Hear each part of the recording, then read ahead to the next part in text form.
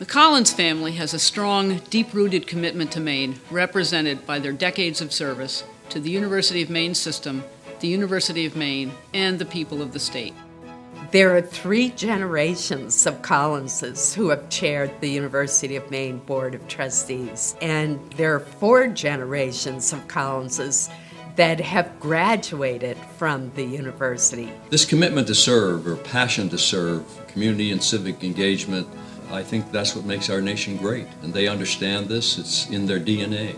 Don characterized that, as did Pat, and it extends in succeeding generations of that family. I met Don when he was on the Board of Visitors and I was Associate Provost. He was a sharp guy who asked tough questions, and I really liked him. Don was very dedicated to Northern Maine, but not to the exclusion of the rest of the state, having served in the legislature for 22 years. Don was a role model for his family and for all of us. My mother was the first woman to chair the University of Maine System Board of Trustees.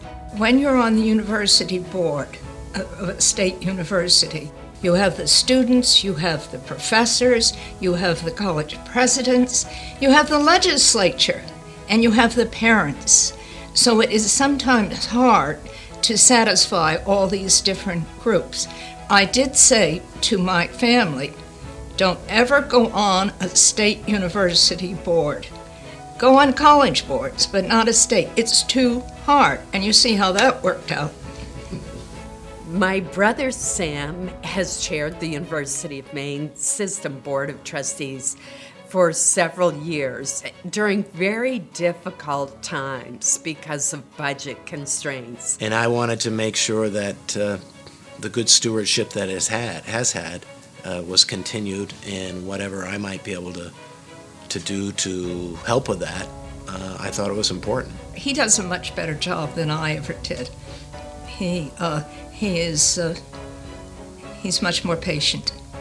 I look at the University of Maine system as one of our, if not our most important asset in the state of Maine.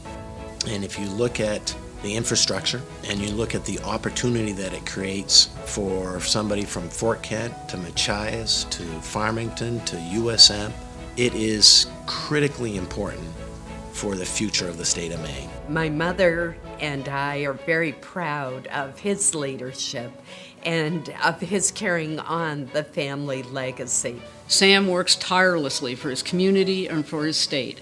And Susan never forgets Maine in her work as one of the most influential voices in our nation today. That's why it's our tremendous pleasure to have Senator Collins as our commencement speaker in May. Joining us for that event will be Pat and other family members, including Sam, who will be on stage giving the greeting from the Board of Trustees in the morning commencement ceremony. And Don will be with us in spirit, as always.